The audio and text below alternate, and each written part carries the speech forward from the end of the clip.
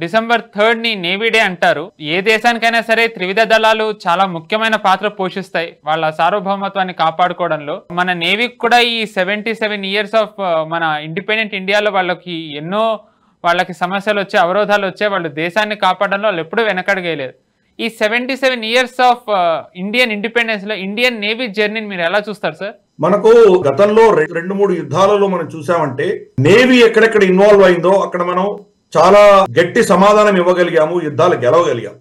For instance 71 యుద్ధంలో కావచ్చు, even 99 Kargil సమయంలో కూడా మన నేవీ చాలా అప్రమత్తంగా ఉండడంతో వాళ్ళు చాలా భయపడి వెనకంజ వేశారు. వాళ్ళు ఎప్పుడైతే మనం నేవీని ముందుకు తీసుకువెళ్ళలేదో, ఎస్పెషలీ 62 యుద్ధంలో, అప్పుడు చైనా మనల్ని ఏం చేసిందో మనం చూసాం. అరుణాచల్ ప్రదేశ్ లో కావచ్చు, లద్దాఖ్ లో కావచ్చు. సో నేవీ అనేది మన చాలా పెద్ద శక్తి మనది. గతంలో కూడా మనం ఒక పెద్ద నేవల్ ఫోర్స్ గా ఉండేవాళ్ళం, పెద్ద నేవల్ శక్తి. మనం ఎప్పుడైతే నేవీని యూజ్ చేయడం మొదలు పెట్టామో అప్పుడు మన యుద్ధాలు తగ్గినాయి, మన శత్రువులు మనంటే భయపడడం కూడా మొదలు పెట్టారు. యూరోప్ లో ఒక సామెత ఉన్నది, those who rule the Cs will rule the world అనే ఒక సామెత ఉండేది. సముద్రాలు ఎవరి అధీనంలో ఉంటుందో ప్రపంచాన్ని వాళ్ళే శాసిస్తారని చెప్పేవాళ్ళు. కాబట్టి ప్రభుత్వాలన్నీ కూడా గతంలో, ఎస్పెషలీ మనకు ట్రాన్స్ఫర్ ఆఫ్ పవర్ జరిగిన తర్వాత 1947లో మనకు హిమాలయాలు కావచ్చు, లేదా మనకు రాజస్థాన్ డెజర్ట్స్ కావచ్చు, పంజాబ్ పొలాలు కావచ్చు, ఈ ప్రాంతం అంతా కూడాను సైన్యానికి ఎక్కువ పెద్దపీట వేశారు. దాని తర్వాత వాళ్ళు ఎయిర్ ఫోర్స్ కి సెకండ్ ప్రిఫరెన్స్ ఇచ్చారు, నేవీకి లాస్ట్ ప్రిఫరెన్స్ ఇచ్చారు. మనకు ఎప్పుడో ఐఎన్ఎస్ విక్రాంత్ 71 యుద్ధంలో చాలా అద్భుతంగా రాణించింది. అది ఐఎన్ఎస్ విక్రాంత్ వల్లనే మనం సముద్రాల్లో యుద్ధం గెలవగలిగామని చెప్తున్నారు మనం చెప్పేవాళ్ళు వాళ్ళ పెద్దలు. కాకపోతే పాకిస్తాన్ కు ఉన్నటువంటి పిఎన్ఎస్ ఘాజీ లాంటివి మన మీద దాడి చేయడానికి వాళ్ళు అంత దూరం వచ్చి ఆల్మోస్ట్ విశాఖపట్నంలో ఐఎన్ఎస్ విక్రాంత్ ని వాళ్ళు కొట్టేంత వరకు వచ్చారంటే కనుక నేవీలో మనం ఎంతో వీక్ గా అప్పుడు ఉండినామో అని అర్థం చేసుకోవాలి. నేవల్ యుద్ధాల్లో మనకు జరిగినటువంటి యుద్ధాలు చాలా తక్కువే గత 70-75 ఏళ్లలో. కానీ జరిగిన వాటిలన్నింటిలో కూడా ఘన విజయం సాధించాము. 71లో కంప్లీట్ కరాచీ పోర్ట్ ని నిర్వీర్యం చేశాం. వాళ్ళ సప్లై చైన్స్ ని ధ్వంసం చేశాం. వాళ్ళ షిప్పులు, అక్కడ ఉన్నటువంటి షిప్పులని, సబ్మరీన్స్ అన్నింటిని ధ్వంసం చేశాం. వాళ్ళ ఆయిల్ డిపోస్ ని ధ్వంసం చేశాం. వాళ్ళ ఎలక్ట్రిసిటీ సప్లైస్ ని ధ్వంసం చేశాం. కాబట్టి మన నేవీకి ఉన్నటువంటి కెపాసిటీని తర్వాత క్రమేపీ తెలుసుకోవడం మొదలుపెట్టారు.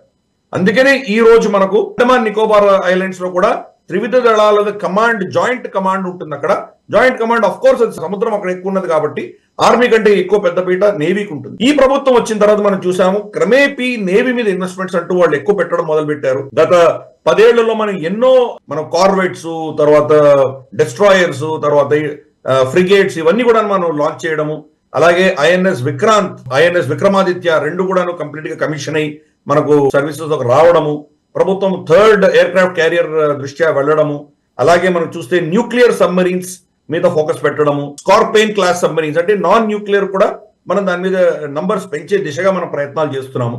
అన్ఫార్చునేట్లీ లాస్ట్ 2 సంవత్సరాల్లో మనకు కొంత సెట్ బ్యాక్స్ వచ్చినాయి. 75I అన్నటువంటి ప్రాజెక్ట్, P75I అన్నటువంటి ప్రాజెక్ట్ కొంత డిలే అయింది. మనకు రావాల్సినంత నంబర్స్ లో మనకు సబ్మరీన్స్ రాలేదు. కానీ ఇతరత్ర అంశాల్లో మాత్రం మనం బాగానే దాన్ని పుంజుకుంటున్నాం. మనము ఇన్ఫాక్ట్ మన డిఫెన్స్ రౌండ్ అప్ లో ఆల్మోస్ట్ 18 ఎపిసోడ్స్ లో మనం నేవీ గురించి చాలా చర్చించుకున్నాం. ఎస్పెషలీ లాజిస్టిక్స్ అంటే అక్కడ సముద్రంలో ఉన్నటువంటి షిప్లకు సప్లై చేయడానికి లాజిస్టిక్ షిప్లను కూడా మనం చాలా తయారు చేసుకున్నాము. కోస్ట్ గార్డ్కి మనం చాలా శక్తిని ఇచ్చాము. కాబట్టి ఇటువంటివన్నీ కూడా క్రమేపీ ఈ ప్రభుత్వం కొంత నేవీ సైడ్ మొగ్గు చూపడం అనేది మనకు కనిపిస్తున్నది తప్పకుండా. కోర్స్ ఎయిర్ ఫోర్స్ కూడా మనం చూస్తే కనుక మనకు రఫైల్స్ కొనింది ఈ ప్రభుత్వం వచ్చిన తర్వాత. దాని తర్వాత మనకు తేజస్ మీద ఎక్కువ ఫోకస్ పెట్టడము. కాబట్టి ఎయిర్ ఫోర్స్ అండ్ నేవీ ఈ రెండింటి మీద ఈ ప్రభుత్వం వచ్చిన తర్వాత కొంత రీబ్యాలెన్సింగ్ చేసింది మనకు స్పష్టంగా అర్థం అవుతున్నది. నేవీ యొక్క శక్తిని గుర్తించి మనం ఈ రోజు నేవీ ఏమేం చేయగలదో మనం అందరం కూడా చూసాం. మనము సొమాలియా పైరేట్స్ కావచ్చు, లేదా అక్కడ హౌతీ రెబల్స్ నుంచి దాడులకు గురైనటువంటి షిప్పింగ్ ఏవైతే ఉన్నాయో, ఆ షిప్పులు ఉన్నాయో వాటిని కావచ్చు, మన నేవీనే రమారమి 10 మన నేవల్ షిప్స్ వెళ్ళి అక్కడ బబల్ షమ్స్, తర్వాత Red Sea, Horn of Africa ప్రాంతాలంతా కూడాను మనం అద్భుతమైనటువంటి ఒక రెస్క్యూ ఆపరేషన్స్, వాళ్ళని పైరేట్స్ ని తరిమి కొట్టడం, ఇటువంటివన్నీ చాలా చేశాం మనం. కాబట్టి అక్కడ ఉన్నటువంటి పెద్ద పెద్ద శక్తులు అమెరికా కావచ్చు, యూరోపియన్ దేశాలు కావచ్చు, లేదా మనకు సౌదీ అరేబియా కావచ్చు, లేదా ఈవెన్ చైనా కావచ్చు, వీళ్ళు ఎవరో చేయలేనటువంటి పనులు మన నేవీ చేసింది. అందుకనే ఈ ప్రభుత్వం క్రమేపీ నేవీకి పెద్దపీట వేసేటువంటి ప్రయత్నాలు చేస్తున్నారు. దాని భాగంగానే ఈ రోజు మన ఎపిసోడ్ అంతా కూడాను ఎక్కువ శాతం మనం నేవీ గురించే చర్చిద్దామని మనం అనుకున్నాము. అందుకని నేవీ ప్రస్తావన తీసుకొచ్చావు కాబట్టి దాని గురించి కొంత చరిత్ర ఏం జరిగింది, ఈ ప్రభుత్వం ఎలా ఆలోచన చేస్తున్నా ఒక ఓవర్ వ్యూ ఇచ్చేటువంటి ప్రయత్నం నేను చేశాను. మీరు నేవీ డే గురించి అన్నారు. ఈ నేవీ డేని సందర్భంగానే నేవీ చీఫ్ దినేష్ త్రిపాఠి గారు ఒక ప్రెస్ మీట్ పెట్టారు. ఆ ప్రెస్ మీట్లోనే ఆయన మొత్తం ఇండియన్ నేవీ కరెంట్ స్టేటస్ కానివ్వండి, వాళ్ళు త్వరలో ఎన్ని నిర్మాణంలో ఉన్నాయి, ఎన్నిటి మీద డీల్స్ ఉన్నాయి, వీటన్నిటి గురించి ఆయన మాట్లాడుతూ వచ్చారు. సార్, దీంట్లో చాలా ముఖ్యమైనది ఏంటి అంటే రఫేల్ ఫైటర్ జెట్. మీరు ఇందాక రఫేల్ గురించి చెప్పారు, ఎయిర్ ఫోర్స్ది, కానీ ఇప్పుడు నేవీకి కూడా రఫేల్నే తీసుకోబోతున్నారని చెప్పి ఆయన ఇది కన్ఫర్మేషన్ వచ్చింది. కానీ ఈయనే చెప్పారు, సాక్షాత్ నేవీ చీఫ్ నుంచి మనకు వచ్చింది నెక్స్ట్ మంత్ సైన్ అవ్వబోతోందని. At the same time a France అయితే ఇప్పుడు మనం ఫైటర్ జెట్స్ తీసుకుంటున్నామో అదే ఫ్రాన్స్ నుంచి మనం గతంలో వాడిన సబ్మెరీన్స్ నే మళ్ళీ తీసుకుంటున్నాం. అంటే ఆ వర్జన్ నే మళ్ళీ ఇక్కడ మ్యానుఫ్యాక్చర్ చేయబోతున్నాం. ఇది కూడా ఆయన అనౌన్స్ చేశారు. ఇంకొక పక్కనేమో ఇది డెవలప్మెంట్ అంటే ఫ్రాన్స్ రిలేటెడ్ గా అవుతున్న డెవలప్మెంట్స్ ని మీరు ఎలా చూస్తారు సార్? అంటే మనం ఎందుకు ఓన్లీ ఫ్రాన్స్ మీదే రిలై అవుతున్నాం? మనకి అమెరికా లాంటి, జర్మనీ లాంటి ఆప్షన్స్ ఉన్న రష్యా ఫ్రాన్స్ మీదే అవ్వడానికి రీజన్ ఏంటి సార్? అంటే మనకు ఫ్రాన్స్ తోటి చాలా కాలంగా మనకు ఇన్ఫాక్ట్ కాంగ్రెస్ ప్రభుత్వాలు ఉన్నప్పుడు కూడా మనకు ఫ్రాన్స్ నుంచి మనం చాలా టెక్నాలజీ తీసుకున్నాం. ఈవెన్ మన ఎయిర్ ఫోర్స్ కూడా మనం ఫ్రెంచ్ టెక్నాలజీ గతంలో కూడా చూసాం. రఫైల్స్ రాకముందు నుంచి కూడా మనం వాళ్ళ దగ్గర నుంచి కొనుక్కున్నాం మనం. అలాగే నేవీలో కూడా, నేవీలో మనకు స్కార్పియన్ క్లాస్ సబ్మెరీన్స్ ఏవైతే ఉన్నాయో దాని కళావరి క్లాస్ అని మనం పిలుస్తాము. ఇవన్నీ కూడా ఫ్రెంచ్ కొలాబరేషన్ తోటి వాళ్ళ టెక్నాలజీ తోటి ఎన్నో సంవత్సరాలుగా చేస్తున్నాం మనం. అలాగే మనం చూసామంటే దాంట్లో వాక్షీర్ తర్వాత మనకు ఇవన్నీ కూడాను ఆ సిరీస్ అంతా కూడాను 5-6 సబ్మెరీన్స్ ఏవైతే లాంచ్ అయినాయో అవన్నీ కూడాను ఇంచుమించు రమారమి ఫ్రెంచ్ టెక్నాలజీ మనం అబ్జర్వ్ చేసుకొని, కొన్ని డైరెక్ట్ గా వాళ్ళు సప్లై చేసి ఉంటే కనుక కొన్ని మన దేశంలోనే మనం తయారు చేసుకొని క్రమేపీ దాంట్లో మనం ఇండిజినైజ్ చేసుకుంటూ వెళ్ళాం. కాబట్టి ఫ్రాన్స్ మనకు చాలా కోఆపరేట్ చేసింది. ఈ రోజు చూస్తే కనుక మనకు రష్యాకు ఉన్న మైత్రి కంటే కూడా భారతదేశానికి ఫ్రాన్స్ కు ఉన్నటువంటి మైత్రి ఇంకా చాలా పటిష్టంగా ఉన్నది. యునైటెడ్ నేషన్స్ సెక్యూరిటీ కౌన్సిల్లో భారత వ్యతిరేకమైనటువంటి రెజల్యూషన్ ఏమొచ్చినా కానీ కూడా రష్యా కంటే ముందర ఫ్రాన్స్ మనల్ని సమర్థిస్తోంది. ఎందుకు? ఈ రెండు దేశాల మధ్యలో ఉన్నటువంటి ఈ యొక్క డిఫెన్స్ కోఆపరేషన్ చాలా స్ట్రాంగ్, చాలా పటిష్టంగా ఉన్నది. జర్మనీ చాలా ఒక విధమైనటువంటి, జర్మనీ జపాన్ ఇద్దరు కూడా రెండవ ప్రపంచ యుద్ధం తర్వాత వాళ్ళు చాలా అంశాలని వాళ్ళు మారలైజింగ్ చేసుకుంటూ వెళ్ళేవాళ్ళు వాళ్ళు. కాబట్టి వాళ్ళ దగ్గర నుంచి మనకు రావాలంటే చాలా ఇబ్బందులు ఉండేవి. మన మీద ఆంక్షలు విధించారు, మనం న్యూక్లియర్ డెటనేషన్ చేసినప్పుడు ఇటువంటి చాలా జరిగినాయి వాళ్ళతో అందరితోటి. కానీ ఫ్రాన్స్ వీటి దేంట్లో కూడా జోక్యం చేసుకోకుండా, మన అంతర్గత వ్యవహారాల్లో వాళ్ళు జోక్యం చేసుకోకుండా, మనకు అవసరాలకు మనకు ఏం అవసరం ఉందో ఆ అవసరాల దృష్ట్యా వాళ్ళు మనం సమర్థిస్తున్నారు. కాబట్టి క్రమేపీ ఆ యొక్క బాండేజ్ మనం పెంచుకున్నాం. ఈవెన్ ఇజ్రాయెల్ కూడా మనకు ఏమైనా కొన్ని అస్త్రాలు అమ్మాలంటే కనుక అమెరికన్ క్లియరెన్స్ కావాలి వాళ్ళు. అటువంటిది ఏమి ఇబ్బంది లేకుండా మనకు ఫ్రాన్స్ నుంచి వస్తున్నాయి. కాబట్టి మనం రఫైల్స్ వాళ్ళ దగ్గర కొన్నాము.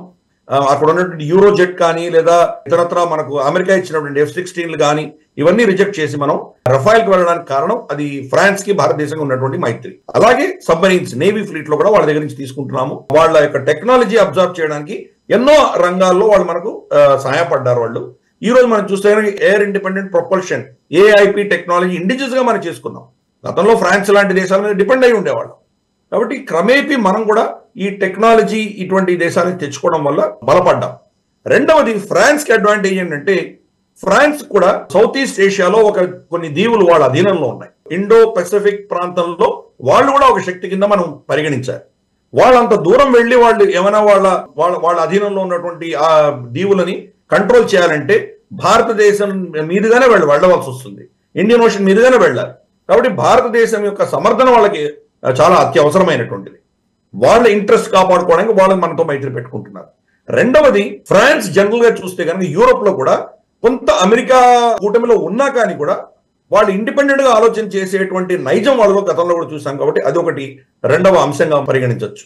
మూడవది ఏంటంటే ఆస్ట్రేలియా, UK, అమెరికా ముగ్గురు కలిసి ఆకస్ అని వాడు పెట్టుకుని ఫ్రాన్స్ సబ్మరీన్లకు ఏదైతే ఆస్ట్రేలియా గతంలో ఆర్డర్ ఇచ్చిందో ఆర్డర్ ని క్యాన్సిల్ చేశారు. క్యాన్సిల్ చేయడంతో వాళ్ళ మొత్తం ఇండస్ట్రీ అంతా కూడాను వాళ్ళకి ఆర్డర్స్ లేక చాలా దెబ్బతిన్నారు వాళ్ళు.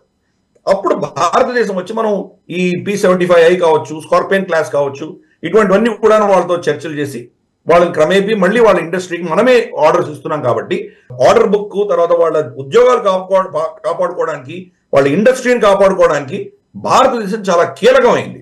అందుకని ఎన్ని అంశాల వల్ల మనకు ఫ్రాన్స్ కి ఉన్నటువంటి రిలేషన్షిప్ ఏదైతే ఉందో ఈ రోజు మనకు లాభసాటిగా ఉంది, ఫ్రెంచ్ గవర్నమెంట్ కూడా లాభసాటిగా ఉంది. కాబట్టి మనం ఇవన్నీ పరిణామాలు చూస్తున్నాం మనం. అలాగే మనం చూస్తే కనుక 5-6 సంవత్సరాలు మనం ఈ P75I ప్రాజెక్ట్ వల్ల మనకు దానికి టేకర్స్ లేక ఎవరు దాన్ని ఆ టెండర్స్ ని యాక్సెప్ట్ చేయక చాలా ఇబ్బంది పడ్డాం మనం. కాబట్టి ఇప్పుడు మనకు అది అంత సమయం లేదు. చాలా ర్యాపిడ్ గా చైనా వాళ్ళ నేవల్ ఫ్లీట్ ని పెంచుకుంటోంది. అంతేకాదు పాకిస్తాన్ కూడా వాళ్ళు చాలా నేవల్ ఫ్లీట్ ఇస్తున్నారు. వాళ్ళు పాకిస్తాన్ మింగం ఎతుకులు లేవు. వాళ్ళ దేశంలో వాళ్ళు నిజంగా వాళ్ళ ప్రజల్ని చూసుకునేటువంటి పరిస్థితి లేదు. అటువంటి దేశం కూడా ఈరోజు చైనా పుణ్యమా అంటూ వాళ్ళకు ఎన్నో షిప్లు వస్తున్నాయి, ఎన్నో వాళ్ళకు ఫ్రిగేట్లు, సబ్మరీన్స్ ఇవన్నీ కూడా చైనా సప్లై చేస్తుంది. ఇది మన అడ్మిరల్ త్రిపాఠి గారు కూడా ఆయన స్పీచ్ లో చెప్పారు. పాకిస్తాన్ ఎలా వాళ్ళ నేవీ పెరుగుతుందో మేము గమనిస్తున్నాము. సరే వాళ్ళ ఇష్టం, దేని మీద ప్రయారిటీ పెడుతున్నారో మనకు అర్థమవుతోంది. వాళ్ళ ప్రజలని వాళ్ళు విస్మరించి నేవీని స్ట్రెంథన్ చేసుకునే దిశగా వాళ్ళు ప్రయత్నాలు చేస్తున్నారు. గుడ్ లక్ టు దెమ్ అని ఆయన స్టేట్మెంట్ ఇచ్చిన మాట కూడా మనం ఆ స్పీచ్ లో విన్నాము. కాకపోతే భారత నావికా దళం కూడా దానికి సర్వసన్నద్ధంగా ఉన్నాం, మేము మా శక్తిని కూడా పెంచుకుంటున్నాము అని చెప్పారు. దాంట్లో అంటే మన శత్రువులు పాకిస్తాన్ కావచ్చు, చైనా కావచ్చు, వాళ్ళ శక్తి పెరుగుతూ ఉండగా మనకు నంబర్స్ అంత రావాల్సినంత సంఖ్యలో రావట్లేదు. కాబట్టి కొంత అర్జెన్సీ అనేది మనకి ఈరోజు నేవీలో ఉన్నది. అందుకని ఫ్రాన్స్ మనకు చాలా కీలకమైన పార్ట్నర్. ఇప్పుడు స్కార్పియన్ క్లాస్ సబ్మరీన్స్ ఇంకొక 3 సబ్మరీన్స్ ఇమ్మీడియట్ గా మనకు కావాలి. వాటిని కూడా ఆర్డర్స్ వాళ్ళతో చర్చిస్తున్నాం మనం. ప్లస్ మనకు INS విక్రాంత్, విక్రమాదిత్య 2 షిప్ల మీద ఉండేటువంటి ఫ్లైట్స్ ఏవైతే ఉన్నాయో, ఫ్లైట్ డెక్ నుంచి టేక్ ఆఫ్ అయ్యేటువంటి ఫ్లైట్స్, చిన్న ఫ్లైట్స్ గతంలో రష్యా నుంచి తెచ్చుకునేవాళ్ళు. ఇప్పుడు మనకు ఆల్రెడీ రఫైల్ ఎయిర్ ఫోర్స్ తీసుకుంది కాబట్టి అదే రఫైల్ మెరైన్ వర్షన్ మనం తీసుకుంటున్నట్లు మనం గతంలో చాలా దీని గురించి గ్లోబల్ రౌండప్ లో కూడా చర్చించాము. తర్వాత డిఫెన్స్ రౌండప్ లో కూడా మనం దీని గురించి కొంత ప్రస్తావన గతంలో కూడా చేశాం మనము. ఇప్పుడు అది కన్ఫర్మ్డ్ గా ఆర్డర్ రాబోతున్నది. లాస్ట్ ఫైనల్ నెగోసియేషన్స్ జరుగుతున్నాయి. దాని టెక్నికాలిటీస్ అవన్నీ కూడాను, ట్రైనింగ్ ఎలా ఉంటుంది, దానికి స్పేర్ పార్ట్స్ ఎలా వస్తాయి, దాని సర్వీసింగ్ ఎలా ఉంటుంది, దాని ట్రాన్స్ఫర్ ఆఫ్ టెక్నాలజీ, భారతదేశంలో స్పేర్ పార్ట్స్ ఎలా తయారవుతాయి, ఈ అన్ని అంశాల్లో కొంత చర్చలు జరుగుతున్నాయి. నార్మల్ గా ఇటువంటి డీల్స్ అన్ని కనీసం అంటే 4-5 సంవత్సరాలు మినిమం పడతాయి నెగోసియేషన్ అయ్యి కంప్లీట్ గా అది సంతకాలు పెట్టేసరికి. కానీ ఇది లిటరల్ గా చెప్పాలంటే 2 సంవత్సరాల కంటే తక్కువ వ్యవధిలోనే దీన్ని నిర్ణయించడము, దాని సంతకాలు కూడా పెట్టే దిశగా మనం వెళ్తున్నామంటే కనుక అద్భుతమైన విషయం. అందుకనే అడ్మిరల్ త్రిపాఠి గారి ఆ స్పీచ్ లో ఆయన చాలా స్పష్టంగా చెప్పారు, దీనికి వెళ్తున్నాము రఫైల్ మెరైన్ అని. కాబట్టి ఇన్ని అంశాలలో మనం మన నేవీని బలపరుచుకునే దిశగా మనం ప్రయత్నం చేస్తున్నాము. మనకు ఉన్నటువంటి కొన్ని ఇబ్బందుల వల్ల వెనకపడినటువంటి మాట వాస్తవము. ఏదైతే వెనకబడ్డామో దాని నుంచి త్వరగా బయటపడి మన నేవల్ ఫ్లీట్ ని స్ట్రెంథన్ చేసుకునే దిశగా మనం ప్రయత్నాలు చేస్తున్నాం. ఇదిలో ఉండగా చైనా దుందుడుకు చర్యలు మనం చూస్తున్నాము. వాళ్ళ నేవల్ షిప్స్ అన్ని కూడాను ఇండియన్ ఓషన్ మీద గుండా వెళ్తున్నాయి. వాళ్ళ సర్వేలెన్స్ షిప్లు ఇక్కడికి వస్తున్నాయి. కరాచీ, తర్వాత హంబన్తోట, తర్వాత వాళ్ళది అక్కడ జిబోటిలో వాళ్ళకి ఒక బేస్ కూడా ఉన్నది. ఈ ప్రాంతం అంతా కూడా వాళ్ళు గస్తీ తిరుగుతున్నారు. వాళ్ళ టెక్నాలజీ తోటి వాళ్ళు మనల్ని అబ్జర్వ్ చేయడం మొదలు పెడుతున్నారు. మన మిజైల్ లాంచెస్ అన్ని అబ్జర్వ్ చేస్తున్నారు, మన కమ్యూనికేషన్స్ అబ్జర్వ్ చేస్తున్నారు. కాబట్టి మన త్వరితగతిన చైనా ఇక్కడ రాకుండా, ఒకవేళ చైనా వచ్చినా చైనాని ఎదుర్కొనేటువంటి శక్తి మనకు కావాలి. కాబట్టి ఆ దిశగా ప్రయత్నం చేస్తున్నారు ప్రభుత్వం కావచ్చు, నేవీ కావచ్చు, DRDO కావచ్చు. కాబట్టి ఇది ఒక చాలా క్రిటికల్ ఫేజ్ అని మనం చెప్పాలి. రాబోయే 5 నుంచి 7 సంవత్సరాల లోపు మనం కనుక బలపడకపోతే, ఎలాగైతే హిమాలయాల్ని చైనా డామినేట్ చేసిందో గతంలో, అలా సముద్రాన్ని కూడా డామినేట్ చేసేటువంటి ప్రమాదం ఉంది. కాబట్టి ఈ యొక్క పరిణామాలన్నీ ఆ దృష్ట్యా మనం దీన్ని అబ్జర్వ్ చేయాలి. ఈ వీడియో మీకు నచ్చినట్టయితే లైక్ చేయండి, 10 మందికి షేర్ చేయండి. అలాగే కామెంట్ల రూపంలో మీ అభిప్రాయాలను మాతో పంచుకోండి. Nationalist hub group of channels ను సబ్స్క్రైబ్ చేసుకుని తెలుగునాట జాతీయవాద జర్నలిజాన్ని ప్రోత్సహించండి. ఈ వీడియో కింద ఉన్న బెల్ ఐకాన్ పై క్లిక్ చేయడం మర్చిపోవద్దు.